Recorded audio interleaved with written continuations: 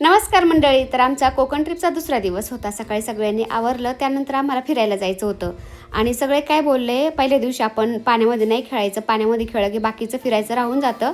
त्यामुळं काय काय पॉईंट आहेत तर पाण्यासाठी ते आपण पाहून घेऊ आधी आणि त्यानंतर दुसऱ्या दिवशी पाण्यामध्ये खेळू किंवा रायडिंग करू असं ठरलं. तर मग आम्ही आलो होतो सिंधुदुर्ग किल्ल्यावर आणि सिंधुदुर्ग किल्ल्यावर जाण्यासाठी बोटीने जावं लागतं. तर बोटीने आम्ही किल्ल्यावर आलो आणि किल्ल्यावर आल्यानंतर हे जे किल्ल्याचे दरवाजे आहेत ना ते आम्ही जरा निहाळून पाहत होतो, कारण कधीच्या नवत महाराजांचे त्या दरवाजाला हात लागले असे असं थोडंसं मी ते फील करत होतो. आणि किल्ल्याच्या आतमध्ये सगळं पडल्या झाडलेलं आहे, पण किल्ल्याची जी तटबंदी ना साईडनी ती व्यवस्थित आहे बरं का. तर त्या तटबंदीने फिरून आम्ही समुद्राचा नजारा पाहत होतो. तितक्यात आपले जे सबस्क्रायबर आहेत ना ते भेटले, त्यांच्याबरोबर थोडं बोलणं झालं, फोटोशूट झालं. सिंधुदुर्ग किल्ला पाहिल्यानंतर तिथं जवळच एक रॉक गार्डन आहे ते पण पाहिलं आणि संध्याकाळी तारकर्ली बीचला मस्त एन्जॉय केला. तर असा खूप छान दिवस गेला. चला भेटूया दुसऱ्या व्हिडिओमध्ये, तोपर्यंत बाय.